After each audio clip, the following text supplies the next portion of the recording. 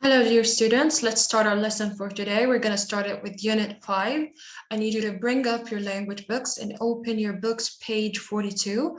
As you can see here, we have Unit 5, and each unit has a name or a title. So I need you to tell me, what's the title or the name of our unit? It's Journey to Joburg. So whenever you see or whenever the teacher asks you, what's the title or the name of the unit or the lesson, you're gonna look up at the top of the page, then read the words up the page, at the top of the page, okay? So don't look at the bottom of the page, just look up, okay? Up, not down, up. So now, before we start with the book, I need to show you something. Then after showing you what I'm gonna show you, I'm gonna show you a poster of our unit or for our unit. Then we're going to start with the book. So I need you to listen carefully to everything that I say and focus, okay? Now, let's move to the slideshow that I made.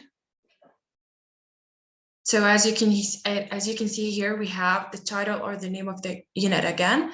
It's Unit 5, Journey to Joburg. But before we start explaining the things that we're going to cover for today or in today's class, I have to make sure that you understand what's the meaning of each word in the title. So let's start with the word journey. What do I mean by the word journey? It means when you travel from one place to another.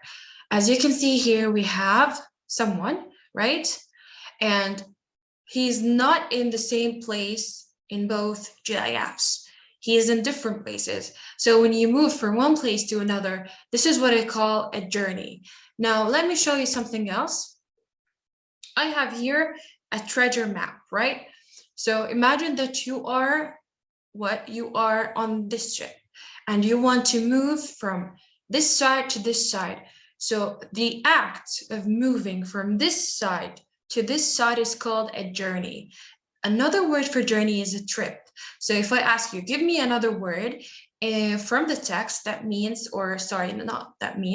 another word for the word trip, you're going to say journey. So that's what I mean by journey. It's an act of traveling from one place to another. Now, okay, let's discuss the word Joburg. It's a city, okay? City or city. Okay, it's city, okay? So what do I mean by Joburg? City, not a village, not a town, it's a city. It's like saying Amman is in Jordan. Joburg is in South Africa. So it's part or a part of a country, or it's like saying Irbid is in Jordan, right? So Irbid is a part of Jordan. It's the same as saying Joburg is a part of South Africa. Now, let's move to the type of the text. As you know, we have types for the things that we read, right? So here we have a story, and I want to make sure that you understand what do I mean by the word story. So when I say a story, it means an account of events. What do I mean by an account of events? You have to ask yourself or to ask yourselves 4 questions before you start to read any story, okay? We have to ask ourselves 4 questions. The first one, where? Look here, I put a picture next to where just to make sure that you understand what do I mean by where. I'm asking about the place. So it's like the teacher, when she asks you, where do you live? You say in Jordan, right? So the same applies to the story. Where does the story take place? Where does it happen? Okay, so that's what I mean by the word where. I'm going to show you a quick video for the story and its elements. So just introducing it. And the second question is when. Whenever I see when, or you see the word when, it means the time. I'm asking about the time. So think of the clock or the calendar whenever you see the word when. So when does the story take place? It's like saying or asking, when is your birthday? Then you mention the day and the date of your birthday, right? So that's what I mean by the word when. And the fourth question is who.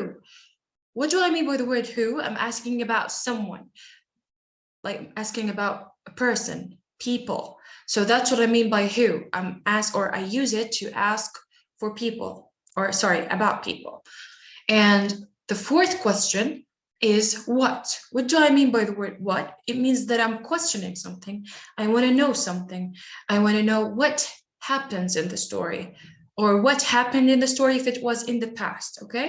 So now let's see this quick video that I'm going to show you about story elements. Okay, now let's see it. Characters, setting, and events. When we read a story, there are 4 important questions that we need to ask ourselves: who, where, when, and what. I ask myself, who are the people, animals, or any make-believe creatures that are in the story? We call these the characters. I ask myself, where and when is the story taking place? I call this the setting of the story. What are the big moments in the story, or the action parts in the story? We call those moments the events. Let's listen together to this very short story and identify or find the characters, setting, and events. It was Sunday afternoon when Jenny and Daisy decided to go outside in their backyard to play.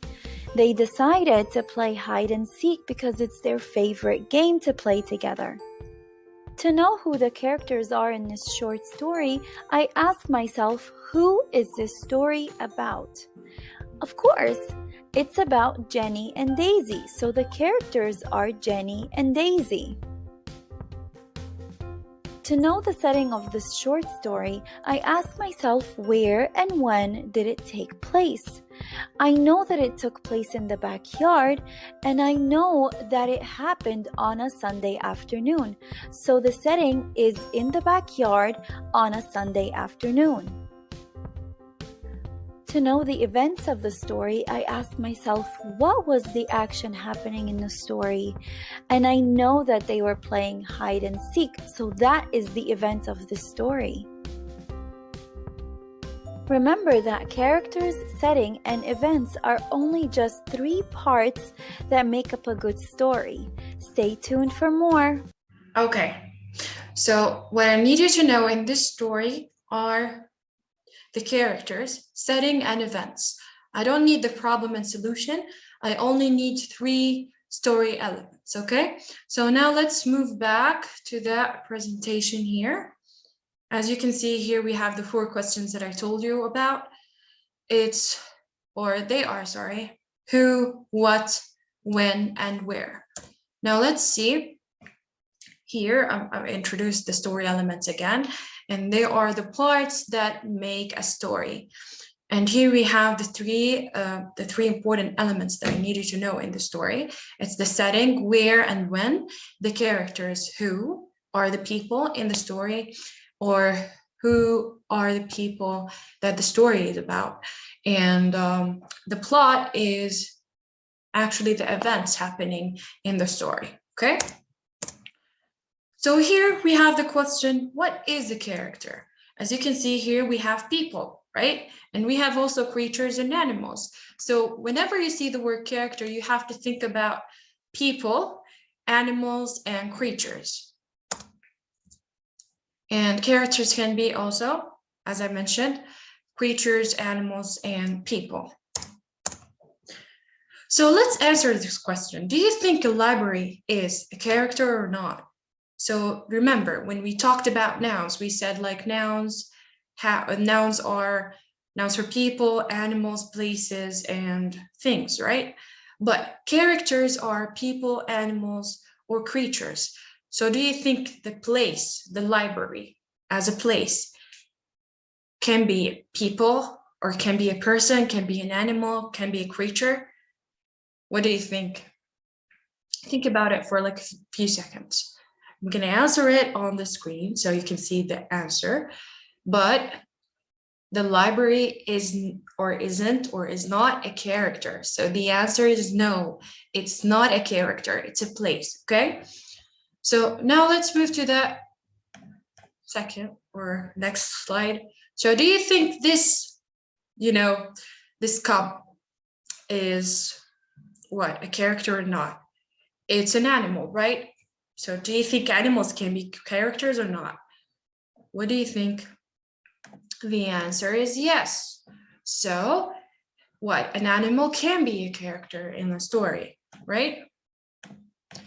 Now let's see what characters can also do. So characters can think. When I ask you a question and I ask you to think about something, so you have to use your mind or brain to think of something. It's like this GIF here, it shows the action of thinking, okay? Feel, here we have a GIF that shows, or, it's showing us what? It's showing us emotions. So as you can see, we have different faces or emojis, and they're showing us how person can react to things or how the person can feel towards things. Act, it's like moving, doing things, speaking or, talking the story. That's what I mean by acting, okay? Now let's move to the story settings. It means the place or the time, but now we're going to mention the story settings in terms of like places. So places can be, or the story can take place in a forest, in a city. It's like Joburg. Joburg is a city, and as you can see here, we have a picture of a city. And a village, it's actually the characters in our story. You're gonna notice that they live in a village and they want to go, to leave to Joburg, the city. So they're moving from the village to the city. That's what I mean by the word journey again. And here we have beach, mountain, space, valley, lagoon, castle, town, and a farm. So these are places that any story can take place in, okay? Now, let's see the poster that we have for our unit. Let me make sure you see the, okay. So as you can see here, we have the title of our unit, Journey to Joburg, and we have to read the poster together. So as you can see here, we have a book, right? And the book has a cover. So you're going to read a story that is part of a longer story. So we don't have the full story. We only have a part of a longer story. So here's the book cover. As you can see here, we have Journey to Joburg. It's the title or the name of the book. And it's also the title of the name of our unit. And as you can see here, we have a picture. Illustration is a picture, and it shows us what? It shows us the two main characters in the story. And here we have the name of the person who wrote the story or the book. So here we have the name of a person, and who's that person? Who is like, he's the person, yes, he's the person or she's the person who wrote the story, okay? So here they're talking about, or they're showing us in this poster, the three story elements that I mentioned. The setting, it's like where and when. The story is set in South Africa, or we can say in a village in South Africa. And it says on the cover, a South African story. And the characters are the people in the story. So as you can see, we have here two characters. And you can see, or they're telling us here, there are two main characters in the story, Naledi and Tyra. And you can see them on the cover of the book. They are two young children. They're not adults. They're not, like babies. There are two young children. They have a baby sister who's very ill. When we're going to see their baby sister, like as it's shown where in your books, and their mother works 300 kilometers away. What can they do?